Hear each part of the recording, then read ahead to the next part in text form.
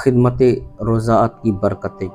خدمت رضاعت کی برکت سے حضرت حلیمہ اور ان کے خاندان کو جو سعادتیں نصیب ہوئیں ان کا احاطہ ممکن نہیں۔ ان کی تنگ دستی خوشحالی میں تبدیل ہو گئی۔ قحط سالی کے باعث چارہ اور گھاس نہ ملنے کی وجہ سے سارے قبیلے کے ریوڑ بھوک سے لاغر و نحیف ہو گئے تھے، لیکن حضرت سعدیہ کا ریوڑ خشک سالی کے باوجود شام کو لوٹتا تو ان کی کھیریوں سے دودھ کی نہریں بہتیں۔ مزید برآں اس خدمت کے عوض جو شہرت دوام ان کو میسر آئی وہ خفت اقلیم کے کسی فرمانروا کو بھی نصیب نہ ہوئی۔ ان جملہ نعمتوں کے علاوہ سب سے بڑی نعمت جو انہیں بخشی گئی تھی وہ ایمان کی نعمت تھی، جس نے ان کے دونوں جہاں سنوار دیے۔ حضرت حلیمہ کا سارا خاندان مشرف با اسلام ہو گیا۔ حضرت حلیمہ کے ایمان کے بارے میں کتب حدیث و سیرت میں بہت سی روایات اور آثار موجود ہیں، جن میں سے چند ہدیہ ناظرین ہیں۔ ابن سعد روایت کرتے ہیں اور اس روایت کے راوی رجال صحیح کی مانند ہیں۔ یہ روایت محمد بن منقدر سے مرسل ہے۔ آپ کہتے ہیں ایک عورت نے حضور صلی اللہ علیہ وسلم کی خدمت میں حاضر ہونے کی اجازت طلب کی۔ وہ عورت حضور کو دودھ پلایا کرتی تھی۔ جب وہ داخل ہوئی تو حضور نے فرمایا میری ماں، میری ماں۔ اپنی چادر اٹھائی، اسے بچھایا اور اپنی چادر پر اپنی ماں کو بٹھایا۔ حافظ مغلطائی رحمۃ اللہ تعالی علیہ نے آپ کے ایمان کے بارے میں ایک رسالہ تصنیف کیا ہے جس کا خلاصہ درج ذیل ہے۔ حافظ ابو محمد المنذری نے مختصر سنن ابی داؤد میں لکھا ہے، حضرت حلیمہ جو حضور صلی اللہ علیہ وسلم کی رضائی ماں تھیں، وہ اسلام لائیں اور حضور کی خدمت میں حاضر ہوئیں اور حضور صلی اللہ علیہ وسلم سے حدیثیں روایت کیں۔ حافظ ابو الفرج الجوزی رحمۃ اللہ تعالی الحدائق میں لکھتے ہیں کہ حضرت حلیمہ بنت الحارث نبی کریم صلی اللہ علیہ وسلم کی خدمت میں اس وقت حاضر ہوئیں جب نبی مکرم صلی اللہ تعالی علیہ وسلم نے حضرت خدیجہ سے شادی کر لی تھی۔ حلیمہ نے اپنی قحط سالی کی شکایت کی۔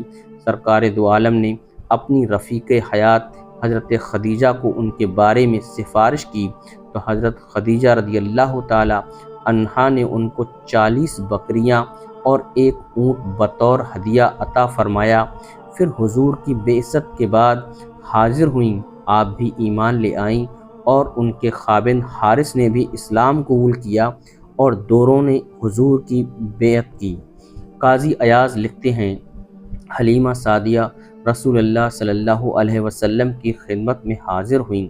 حضور نے اس کے لیے اپنی چادر بچھائی اور اس کی حاجت کو پورا کیا۔ حضور کی وصال کے بعد وہ حضرت ابوبکر صدیق کی خدمت میں حاضر ہوئیں۔ آپ نے بھی ان کے ساتھ ایسا ہی سلوک کیا، یعنی ان کے بیٹھنے کے لیے اپنی چادر بچھائی اور جو انہوں نے مطالبہ کیا اس کو پورا کیا۔ عطا بن یسار سے مروی ہے کہ حضرت حلیمہ نبی کریم صلی اللہ علیہ وسلم کی رضائی ماں تشریف لائیں تو حضور ان کے لیے کھڑے ہو گئے اور چادر مبارک بچھائی اور اس پر بیٹھیں۔ یہ سابقہ روایات سبل الہدی والراشد سے منقول ہیں۔ حضرت حلیمہ کے خاوند اور حضور علیہ الصلوۃ والسلام کے رضائی باپ کا نام حارث ہے۔ ان کے ایمان لانے کا واقعہ ابن اسحاق نے یوں بیان کیا ہے، حضور صلی اللہ تعالی علیہ وسلم پر نزول قرآن کے بعد حارث مکہ مکرمہ حضور کی ملاقات کے لیے آئے۔ قریش نے انہیں دیکھا اور کہا اے حارث، تم نے سنا کہ تمہارا بیٹا کیا کہتا ہے؟ انہوں نے پوچھا وہ کیا کہتے ہیں؟ کفار نے بتایا وہ کہتا ہے کہ موت کے بعد ہمیں پھر اٹھایا جائے گا اور اللہ تعالیٰ نے جنت اور دوزخ بنائے ہیں، نیکوکاروں کو جنت میں، بدکاروں کو دوزخ میں بھیجا جائے گا۔ اس نے قوم کے اتحاد کو پارا پارا کر دیا ہے۔ حارث حضور کی خدمت میں حاضر ہوئے اور عرض کیا میرے بیٹے، آپ کی قوم آپ کا شکوہ کیوں کرتی ہے؟ پھر قریش نے حضور کے بارے میں جو کچھ اسے کہا تھا اس نے اسے دہرا دیا۔ حضور علیہ الصلوۃ والسلام نے فرمایا بے شک میں ایسا کہتا ہوں۔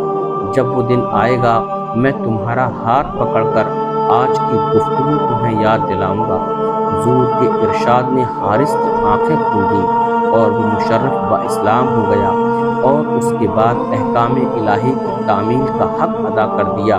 ایمان لانے کے بعد وہ اکثر کہا کرتے، اگر میرے بیٹے نے میرا ہاتھ پکڑا اور مجھے یہ گفتگو یاد دلائی تو پھر انشاءاللہ تعالی میرا ہاتھ اس وقت نہ چھوڑے گا جب تک وہ مجھے جنت میں داخل نہ کر دے۔